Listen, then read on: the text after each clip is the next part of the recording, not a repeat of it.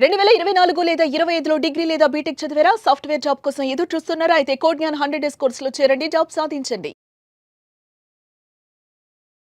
నమస్తే, welcome to Suman TV. నేను మీ anchor Shri.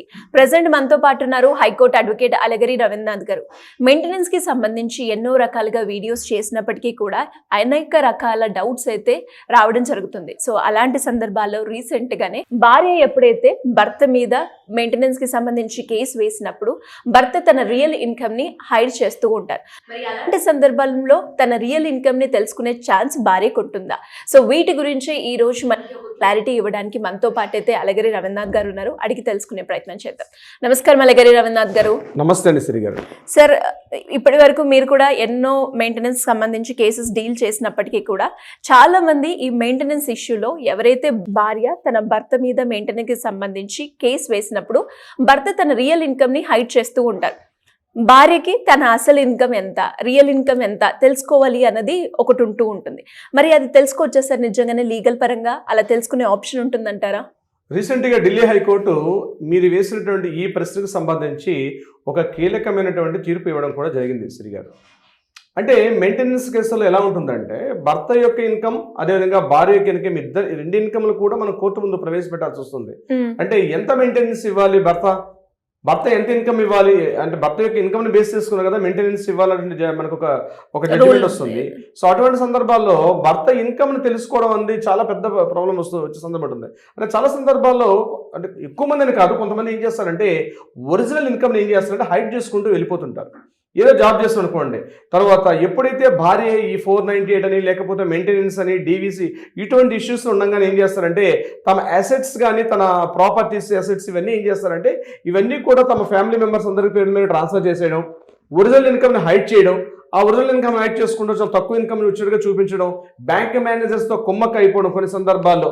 అంటే బ్యాంక్ లావాదేవీల విషయాల్లో కూడా ఎలా ఉంటుందంటే ఇప్పుడు for example me bank account ఉందనుకోండి, మీ బ్యాంక్ అకౌంట్లో అంత ట్రాన్సాక్షన్ ఎంత ఉంది, ఎంత డిపాజిట్ అవుతుంది, ఈరోజు కరెంట్ సేవింగ్స్ బ్యాంక్ అకౌంట్లో మీ అమౌంట్ని తెలుసుకోవడం చాలా కష్టం. ఎందుకంటే మీరైనా పర్సనల్గా కనుక్కోవాలి, లేకపోతే మీకు ఎవరైనా ఫర్ ఎగ్జాంపుల్ మీ ఇన్కమ్ నేను తెలుసుకోవాలంటే చాలా ఇంపాసిబుల్. బ్యాంక్ మేనేజర్లు ఎవరు కూడా ఆ విషయాన్ని రివీల్ చేస్తే వాళ్ళకు ఉన్నటువంటి ఆ బ్యాంక్ ఉన్న norms and rules and regulations ప్రకారం థర్డ్ పార్టీకి ఎవరు కూడా వాళ్ళకు విషయం చెప్పరు. ఎందుకంటే బ్యాంకరు డైరెక్ట్గా క్లయింట్ ఇద్దరు తప్పించి థర్డ్ పర్సన్గా యొక్క అకౌంట్ బ్యాలెన్స్ కూడా చెప్పకూడదు. ఒకవేళ అట్లా చేసి చెప్పినట్లయితే బ్యాంక్ మేనేజర్ పైన కూడా మనం చట్ట ప్రకారం కొన్ని చర్యలు తీసుకునే అవకాశం ఉంటుంది. ఇక్కడ మనం మాట్లాడినటువంటి ఈ యొక్క మెయింటెనెన్స్ విషయానికి వచ్చినట్లయితే భర్త ఏం చేస్తాడు, ఒరిజినల్ ఇన్కమ్ అని హైడ్ చేసుకుంటూ తన ఒరిజినల్ ఇన్కమ్ చెప్పకుండా అసెట్స్ని చెప్పకుండా తనకి ఏమి చెప్పకుండా తక్కువగా చూపిస్తూ ఇది నా రెగ్యులర్ ఇన్కమ్ అన్నట్టుగా చూపించే అవకాశం వస్తుంది. ఇక్కడ అడ్వకేట్స్ కూడా మేము చెప్తాం, మా దగ్గర ఒక క్లయింట్ వచ్చేటప్పుడు మేము చెప్తాం, సార్ కోర్టును తప్పుదోవ పట్టించకండి, కోర్టును తప్పుదోవ పట్టిస్తే కంటెంప్ట్ ఆఫ్ కోర్టు కింద మళ్ళీ శిక్ష వస్తుంది కాబట్టి మీ ఒరిజినల్ ఇన్కమ్ చూపించమంటాం. కానీ కొన్ని సందర్భాల్లో కొంతమంది కావాలని వాంటెడ్లీ అట్లా చేసే ప్రయత్నం చేస్తారు. అటువంటి సందర్భాల్లో భార్యకు తెలుస్తూ ఉంటుంది నా భర్త యొక్క మెయింటెనెన్స్ చాలా ఎక్కువ ఉంది, నా భర్త యొక్క ఆదాయం కూడా ఎక్కువ ఉండే అవకాశం ఉంటే తప్ప ఆయన యొక్క మెయింటెనెన్స్ అలా ఉండదు కదా. భర్త యొక్క మెయింటెనెన్స్ నేను చెప్తున్నాను. భర్త లావిష్గా బతుకుతున్నాడు, భర్త ఇన్కమ్ ఉంటేనే అంత లావిష్గా ఉంటాడు, ఖర్చులు బాగా పెడుతున్నాడు, అన్ని రకాలుగా ఉన్నాడు. But while in front of the court ప్రెజెంటేషన్కి వచ్చేసరికి చాలా తక్కువగా చూపిస్తూ ఉంటుండడు, నేను చాలా తక్కువగా ఉన్నాను, నాకు చాలా ఆదాయం తక్కువగా వస్తుంది. బిజినెస్ విషయంలో ముఖ్యంగా ఎంప్లాయ్మెంట్ అయ్యేటప్పటికి పర్టికులర్ ఆ డేట్లో కొంత అమౌంట్ క్రెడిట్ అవుతుంటుంది కాబట్టి తెలుస్తూ ఉంటుంది. కానీ ఇక్కడ ఎప్పుడైతే బిజినెస్ పాయింట్ ఆఫ్ వ్యూ చేసేటప్పుడు ఏమవుతారంటే కరెక్ట్గా చూపించే అవకాశం తక్కువ. బిజినెస్ లాస్ అయిపోయిందని అకౌంట్స్లో చూపించకుండా రకరకాల డమ్మీ అకౌంట్లు చూపిస్తారు. బట్ ఆధార్ లింక్ అవడం వల్ల ఆల్మోస్ట్ అన్ని అకౌంట్స్ కూడా జస్ట్ ఒక ఆధార్ నెంబర్ పెట్టగానే ఆ పర్సన్ మీద ఎన్ని అకౌంట్స్ ఉన్నాయి కూడా ఓపెన్ అప్ అయిపోతుంది. కానీ ఇక్కడ కొన్ని సందర్భాల్లో కావాలని తక్కువ చేసి చూపించే ప్రయత్నం చేస్తారు. అలాంటిదే ఈ కేసు ఢిల్లీలో జరిగింది. ఈ కేసులో ఏమైందంటే ఆ భర్త తనకు ఇన్కమ్ ని బాగా తక్కువగా చూపించే ప్రయత్నం చేశాడు, చాలా తక్కువ చూపిస్తున్నాడు. కానీ భార్య మాత్రం సస్పెక్ట్ చేస్తుంది అతని యొక్క ప్రాపర్టీస్, అతనికి ఉన్నటువంటి లైబిలిటీస్ అన్నీ కూడా తన ఫ్యామిలీ మెంబర్స్ పేరు మీదుగా ట్రాన్స్ఫర్ చేసేసి నా దగ్గర ఎటువంటి ప్రాపర్టీ లేదు, నాకు చాలా తక్కువ ఇన్కమ్ ఉందని మన కోర్టు ముందు ఆయన ఒక అఫిడవిట్ కూడా సబ్మిట్ చేయడం జరిగింది. అయితే భార్య ఏం చేసిందంటే అతను ఏదైతే సబ్మిట్ చేసిన అఫిడవిట్ ఉందో ఇన్కమ్ తక్కువగా చూపించినటువంటి ఏదైతే బ్యాంక్ స్టేట్మెంట్స్ ఉన్నాయో అవన్నీ కూడా తప్పుగా ఉన్నాయి. వీరైతే ఆ బ్యాంక్ మేనేజర్ను కూడా సాక్షులు కూడా ఇన్వాల్వ్మెంట్ చేయమని చెప్పి ఆవిడ ఢిల్లీలో ఫ్యామిలీ కోర్టును ఆశ్రయించింది. సో ఇక్కడ ఏం చేశారంటే ఆ ఫ్యామిలీ కోర్టు బ్యాంక్ మేనేజర్ని మీ ఫ్యామిలీ మెంబర్స్ ఇష్యూలో ఇక్కడ బ్యాంక్ మేనేజర్ని తీసుకొని రావడం అనేది చాలా కరెక్ట్ అనేది కాదు. అతను చూపించడం లేదండి, మీ దగ్గర ఏమైనా సాక్ష్యాలు చూపించడం తప్పించి బ్యాంక్ మేనేజర్ని కోర్టులో ఒక సాక్ష్యంగా ఒక విట్నెస్గా చూపించడం కరెక్ట్ అనేది కాదు అని చెప్పి ఫ్యామిలీ కోర్టు తీర్పడం జరిగింది. సో ఫ్యామిలీ కోర్టుని ఇచ్చిన జడ్జిమెంట్ని బేస్ చేసుకొని ఏం చేశారంటే ఆవిడ ఢిల్లీ హైకోర్టును ఆశ్రయించారు. ఢిల్లీ హైకోర్టులో నుంచి రవీంద్ర జుడేజా అనేటువంటి ఒక జడ్జి గారు ఆయన ఏం చేశారంటే ఈ ఎంటైర్ కేసును కూలంకుషంగా పూర్తిగా పరిశీలించి ఆయన ఒక ల్యాండ్ మార్క్ ఒక జడ్జిమెంట్ చెప్పడం జరిగింది. ఏంటంటే సెక్షన్ సిఆర్పిసి 311 311 సెక్షన్ ప్రకారం ఒక కేసుకు సంబంధించి ఎవరినైనా సాక్షులుగా పిలిచే అవకాశం ఉంది.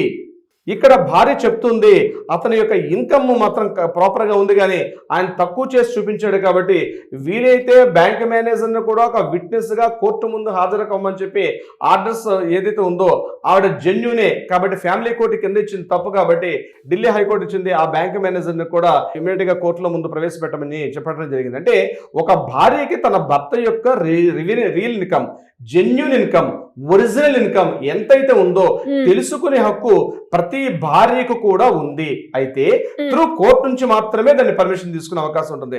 కోర్టులో ఇప్పుడు ఈ జడ్జిమెంట్ ఇప్పుడు ఏదైతే చెప్పామో దీన్ని మనం సైటేషన్ గా వాడుకుంటే తప్పనిసరిగా భర్త వాంటెడ్లీ చేసిన సందర్భంలో అంటే రియల్గా అతను ఇన్కమ్ లేదు, లేదా భర్త గారు ఎటువంటి సోర్స్ లేకపోతే దట్ ఈస్ సెకండరీ పార్ట్. కానీ భర్త అన్ని విధాలుగా ఫినాన్షియల్గా స్ట్రాంగ్ ఉన్నప్పుడు కూడా కోర్టులో మాత్రం సబ్మిట్ చేసేటప్పుడు బ్యాంకులో ఉన్నటువంటి లావాదేవీలు తక్కువగా చూపించే సందర్భంలో లేదా తన యొక్క అసెట్స్ని మాత్రం వేరే వాళ్ళ ట్రాన్స్ఫర్ తన కుటుంబ సభ్యులు కానీ లేదా ఇతరత్ర పేరు మీద ట్రాన్స్ఫర్ చేస్తే అటువంటి సందర్భాల్లో వీలైతే దానిని కూడా బ్యాంక్ మేనేజర్ని కూడా విట్నెస్ చేస్తూ ఆ యొక్క స్టేట్మెంట్స్ని కూడా సబ్మిట్ చేయమని చెప్పి ఒకవేళ భార్య అడిగినట్లయితే వాటిని కూడా వెలుగులోకి తీసుకొని వాటిని కూడా చూపించమని చెప్పి రీసెంట్గా ఢిల్లీ హైకోర్టు ఇచ్చినటువంటి జడ్జిమెంట్ ఏదైతే ఉందో రియల్గా ల్యాండ్ మార్క్ జడ్జిమెంట్ చెప్పుకో. చాలా మంది ఈరోజు వైఫ్స్ సఫర్ అవుతున్నారు, చాలా మంది భార్యలు అనేక రకాలుగా సఫర్ అవుతున్నారు. ఎందుకంటే అక్కడ అనేక రకాలుగా వెళ్ళేసరికల్లా మెయింటెనెన్స్ చూపించాలంటే చాలా తక్కువగా చూపిస్తారు కాబట్టి ఏదో నామినల్ అమౌంట్ వెళ్ళిపోతుంది. వీళ్ళకి 2012లో మ్యారేజ్ జరిగింది. సో 2012లో జరిగిన తర్వాత వీళ్ళు 2018లో వీళ్ళందరూ కూడా డివోర్స్కి వెళ్ళిపోయారు. డివోర్స్కి వెళ్ళిన తర్వాత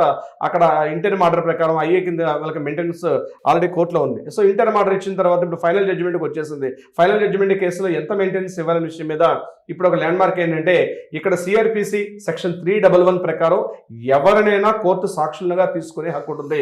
వీళ్ళని పిలవచ్చు, వీళ్ళని పిలవకూడదని చెప్పి కోర్టుకి ఎక్కడ కూడా నో రిస్ట్రిక్షన్స్, ఎవరినైనా పిలిచే అవకాశం ఉంటుందని చెప్పి ఇక్కడ ప్రత్యేకంగా ఢిల్లీ హైకోర్టు అయితే జడ్జిమెంట్ ఇచ్చింది. కాబట్టి డెఫినెట్గా బ్యాంక్ మేనేజర్ని కూడా ఒక విట్నెస్గా చేయొచ్చు అని చెప్పి ఒక జడ్జిమెంట్ వచ్చింది. శ్రీ గారు గ్రేట్ ఇన్ఫర్మేషన్ సార్. మరి మీరు అన్నట్టుగానే ఇంకా ఎవరైనా కూడా మెయింటెనెన్స్కి సంబంధించి ఇష్యూస్ అయినా లేదు అంటే ఫ్యామిలీకి సంబంధించి ఎలాంటి ఇష్యూస్ ఉన్నా వాళ్ళు ఎవరైనా కూడా మిమ్మల్ని అప్రోచ్ అవ్వాలి అంటే ఏ విధంగా ఉంటుంది sir?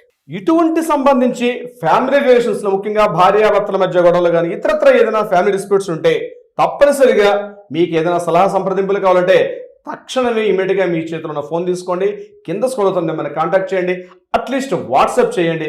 But number of calls వస్తాయి కాబట్టి ఒక ప్రైర్ అపాయింట్మెంట్ తీసుకొని కలిసే ప్రయత్నం చేయండి. మీకు తప్పనిసరిగా ఒక పరిష్కారం చూపించే విధంగా మనందరం కలిసి ప్రయత్నం చేద్దాం. Shri garu anyways thank you sir, thank you so much. Thank you so much Shri గారు.